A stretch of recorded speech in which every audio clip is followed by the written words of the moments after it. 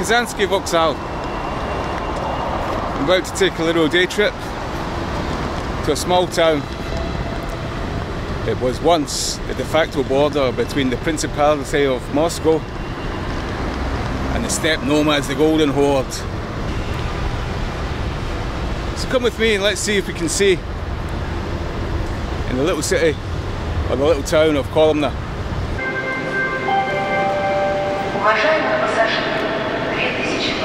Suburban train station, Kazansky. Donor King, shawarma. I think another shawarma. And a product, which is like water and juice and stuff like that. And of course, the obligatory pharmacy. The 13:32. Got half an hour. I don't want to risk a shawarma just in case I get caught short.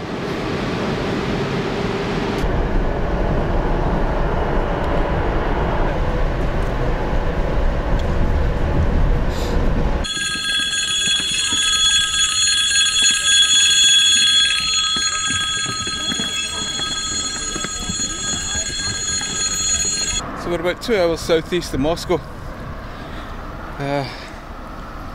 on the way to Ryazan and Kazan. That's why we're at Kazansky railway station, closing the title. Trains that leave from Kazansky Vokzal go in the direction of Kazan, funny enough. Yaroslavsky Vokzal, they go east in the direction of Yaroslav. Leningradsky Vokzal, they go north. St. Petersburg. But we're in a wee bit of trouble here because good old Kolomna seems to be a bit bigger than I first anticipated. Hopefully we're going to walk in the right direction here.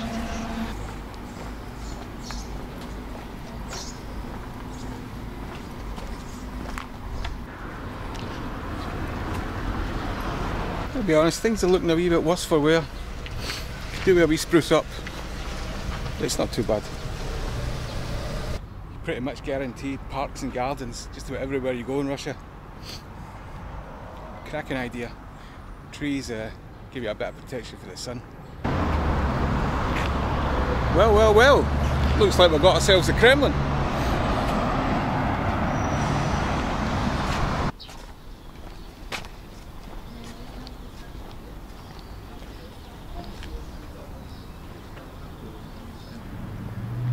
So the town here, Kolomna.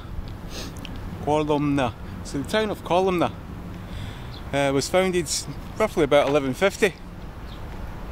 I don't know where it gets its name from.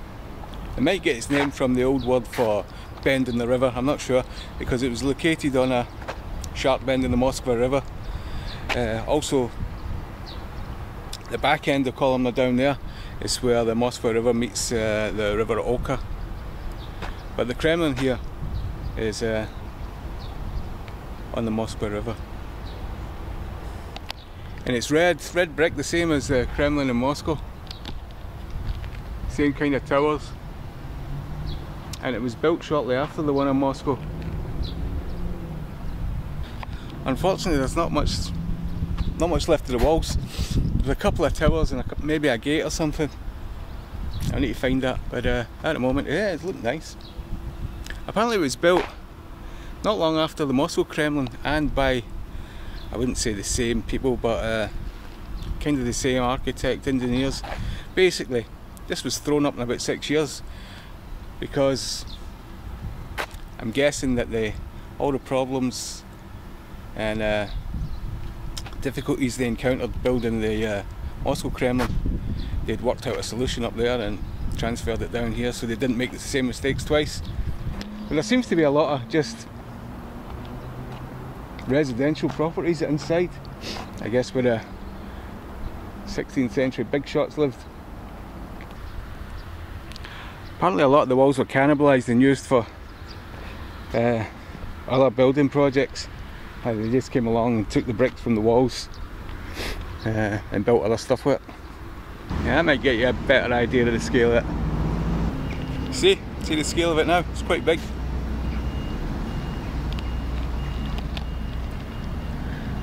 See the river over there? That's not the Moskva, that's the Kolomna. It meets the Moskva River over there, and away further down the Moskva meets the River Oka. Grand Duke Dmitry Donskoy. Prince Dmitry gathered his troops here in 1380 before they went down to the Battle of Kulikovo, where they faced off the mighty Mamai of the Western Golden Horde. Proved to be a decisive battle that he won in the River Don. That's why he gets his name, Donskoy, of the Don. Although it didn't decisively decide the fate of the Golden Horde. What it did do was put down a marker, really, at the ascendancy of Moscow and the beginning of the fade away of the Mongols, of the Golden Horde. And also, in this battle, it wasn't just the Principality of Moscow, it was all the other little principalities came together.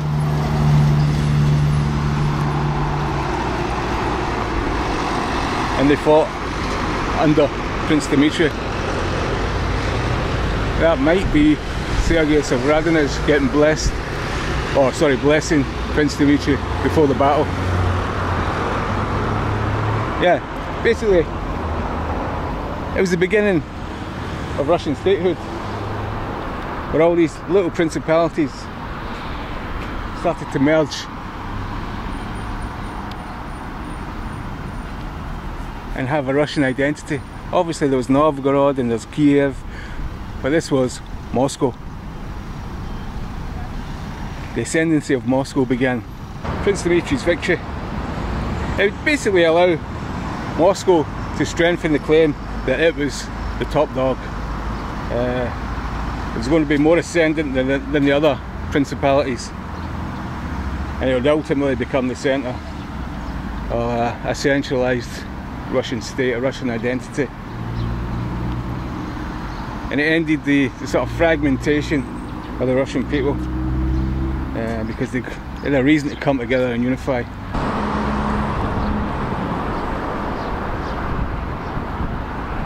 And obviously the war would have continued along here, but as I said, there's not much left of it. Kolomna is actually practically midway between Moscow and Ryazan, and it was quite a back and forth between the two about who would actually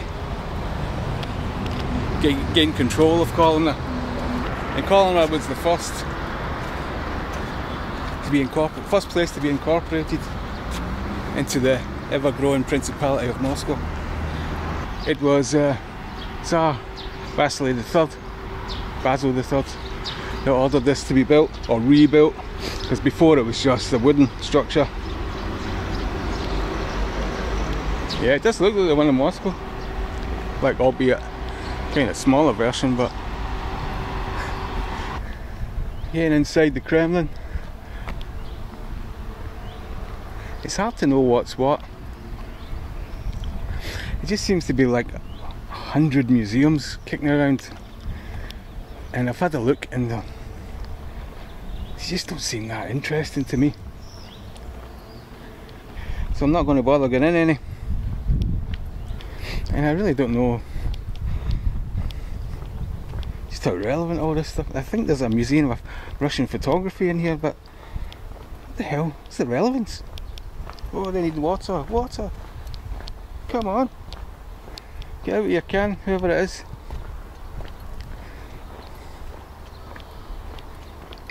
It looks like this is going to be the first day I've been in Moscow region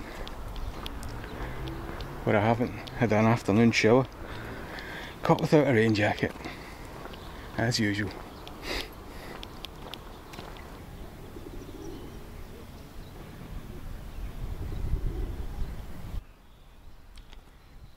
Cyril and Methodius. Might be wrong, but from memory I think those are the guys that developed the Cyrillic script.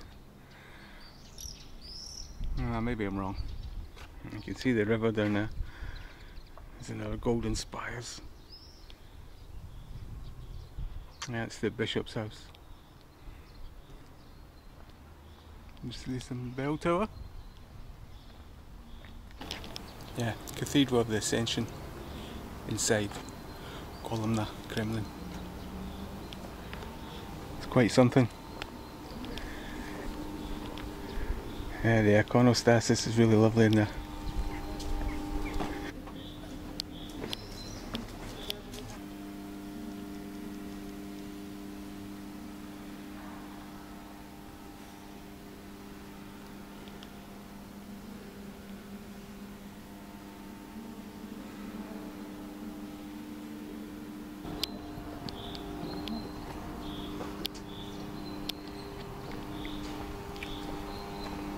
This is from the 1800s, it's the Tikvin church. Old fella just came out and shut it up, so it's not open. Should have went in there first. Out there's the Pyatnitsky gates. I think there's another one. Is that it? Maybe that's it? I'm not sure. That's definitely. If there's only one of them, that's it. If there's two of them, that's one of the two. Pretty cool, this church bell going dinging away. River Moscow. And that's what the bells are for. This whole thing's just swung right round. Part of the bridge is swung open. This thing coming in.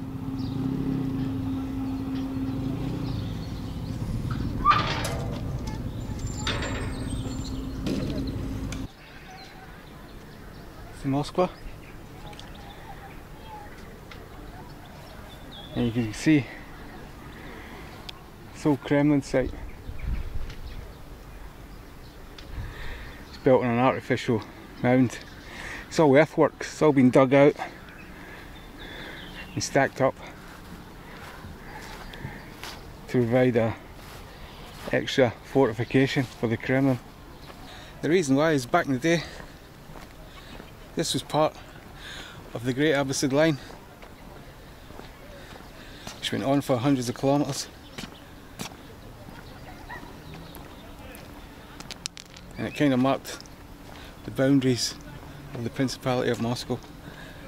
The changing boundaries, because obviously it moved as Moscow grew. The boundaries grew, so the line would move, fragment and change. But it went through here in Kolomna, and the old Kremlin was part of it. The old wooden one. The Great Abatis Line went right through here.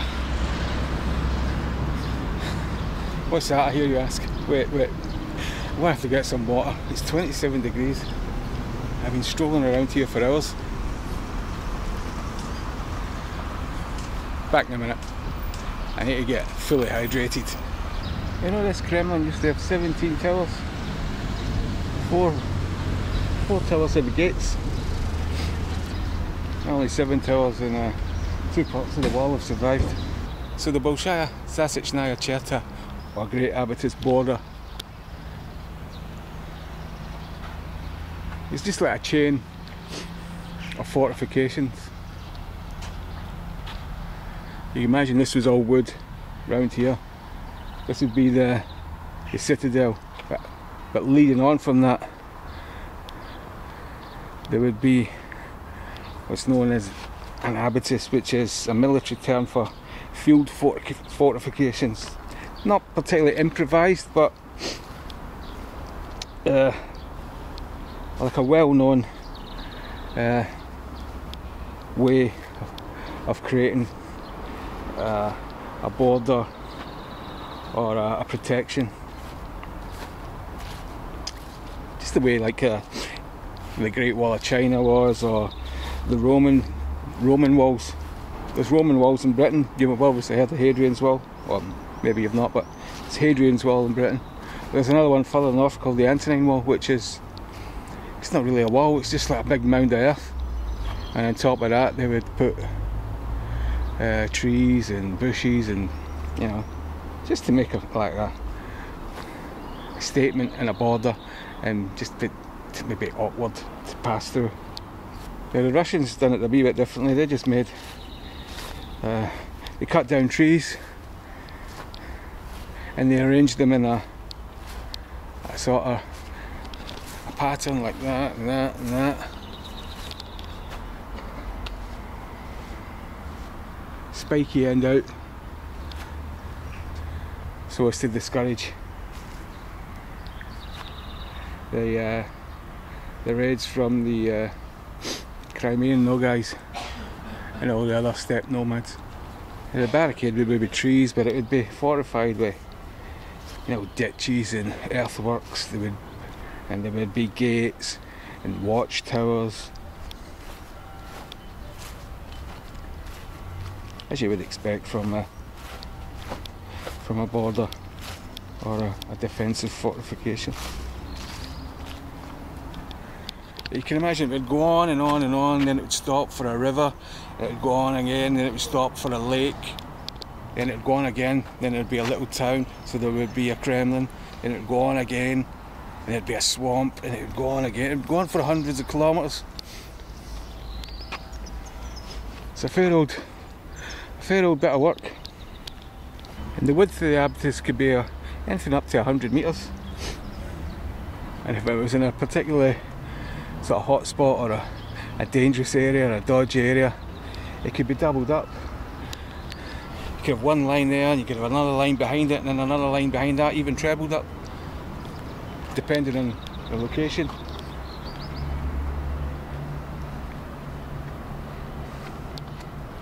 Now, if you were unlucky enough to live in the general area, obviously be a peasant, you were forbidden to cut down trees because it was needed for the maintenance of the line. All the wood, all the trees nearby had to be preserved, because obviously the wood needs replaced, it needs repaired, etc.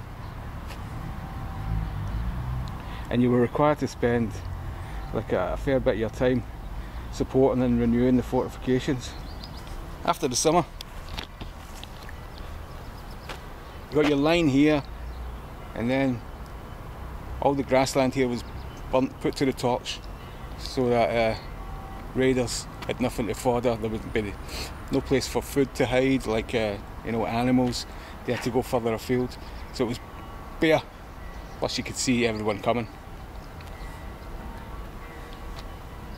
It was a fair old operation. Basically, you're talking Kremlin's line, another town, Kremlin, line, river, line, lake, line, and that was your border. Like I said, it was started by the Duke of Moscow, but it was carried on once it became the Tsardom of Russia, and it obviously pushing further south, further east.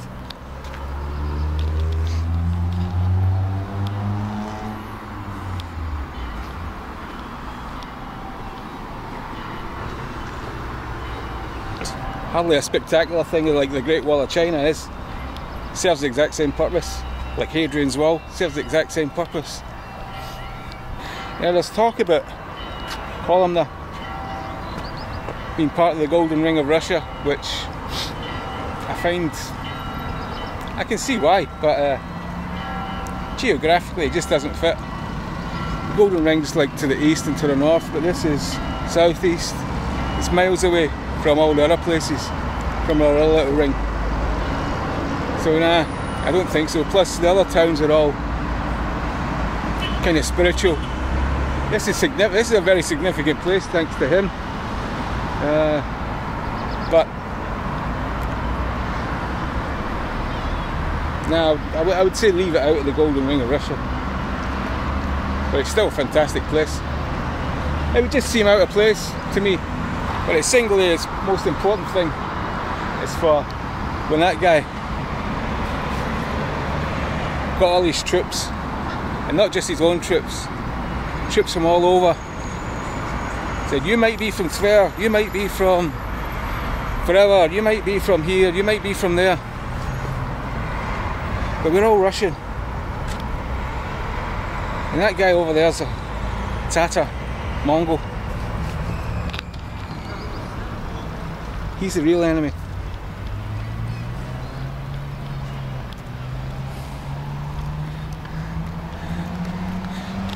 These guys have been coming here for hundreds of years, burning our towns, ripping us off, bleeding us dry. It's time to kick them out. And can you just imagine them geeing up the troops before they went off to battle Mamai? And not only was he victorious, but he just about started Russian statehood, because all these little principalities all sort of came together under one umbrella, Moscow. I think I've repeated myself, I've said that before. I'm pretty sure I've said that before, I'm just repeating myself. It's the heat. I'm absolutely roasting. And I think I better go back. Make my way back to the train station and I might try and get something to eat. It is, what? It's only 6 o'clock. I can't remember how far it is. It's about 20 minutes, so I've got enough time. I've probably got enough time to get some scoff as well.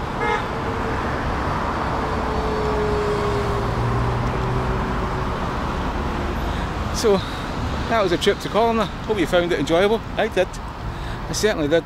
It's kind of a shame. I was hoping there'd be more of the walls left, but well, you get the general idea. I mean, they're pretty big, pretty impressive features, and there's gates and all that left as well.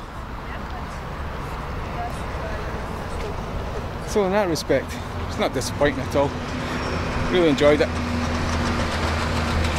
I just don't fancy going into all the museums. There's like 100 odd museums in there, and a museum of marshmallows, and they might be famous in Russia, but I don't know what they are. And I don't really want to know. I don't really like them, so just not interested. Simple as that. But there we go. I'm sure if you came here and you loved your marshmallows, you'd be straight in there. Right, I'm going to put this camera down and walk back down to the train station. Okay, so if you've made it this far, thanks for watching, thanks for joining me, and I hope you enjoyed it. Until next time, catch you later. This is Daniel. Bye bye. Yeah, I saw there was an earlier train that should be arriving in about 10 minutes, so nah, I'd rather get back to Moscow. At least I'll have a choice rather than what's kicking about here, which I didn't see much of, to be honest. But yeah, I'll take the earlier one. It's about 2.5 hours back. It wasn't as long coming, but on the way back it's 2.5 hours. So I won't get back to Kazansky until about 9:20. Still, that's early for Moscow. There's that bell again. Somebody get that.